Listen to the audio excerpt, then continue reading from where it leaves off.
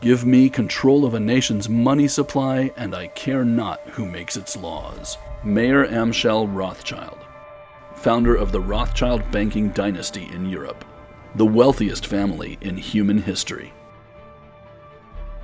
Back in 1910, the Federal Reserve System was conceived at a highly secret meeting. Who were these men?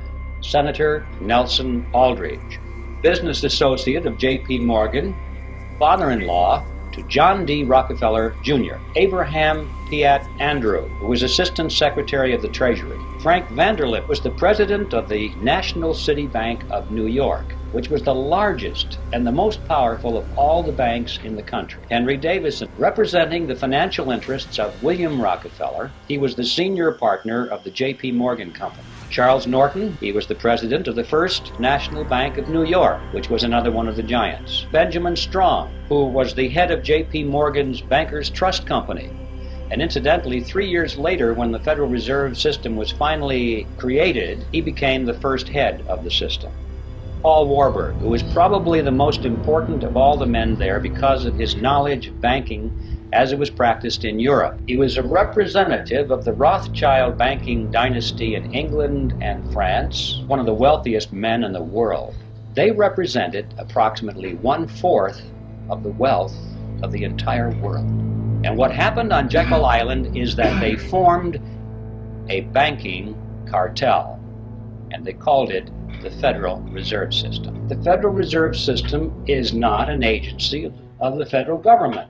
All these years, we've had something which most people have thought was a government operation of some kind or another. We're told it was a creation to protect the people, to stabilize the economy, and it's a cartel.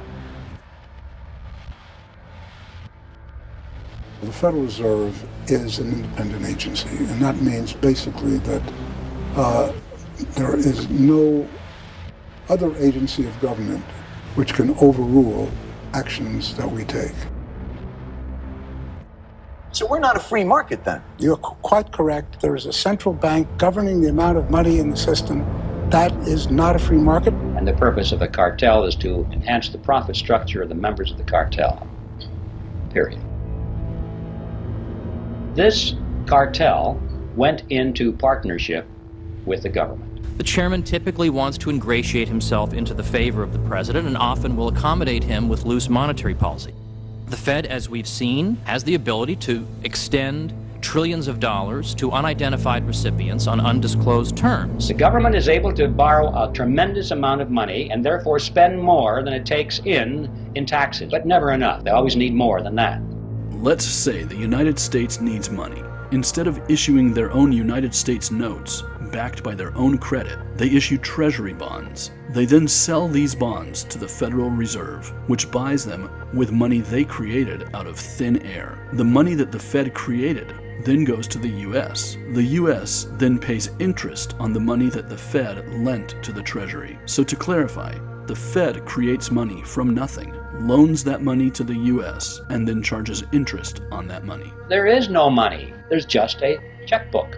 So this money springs into being precisely at the instant that the Federal Reserve officer signs the check and gives it to the government. If you and I were to do that, we would go to jail. But they can do it because Congress wants them to do it. Operating against the public interest. It encourages war. It's not backed by gold. It's not backed by anything except people's confidence in the United States of America. Solution: take back from the Federal Reserve the people's constitutional right to print their own money. Then we would have no need for debt.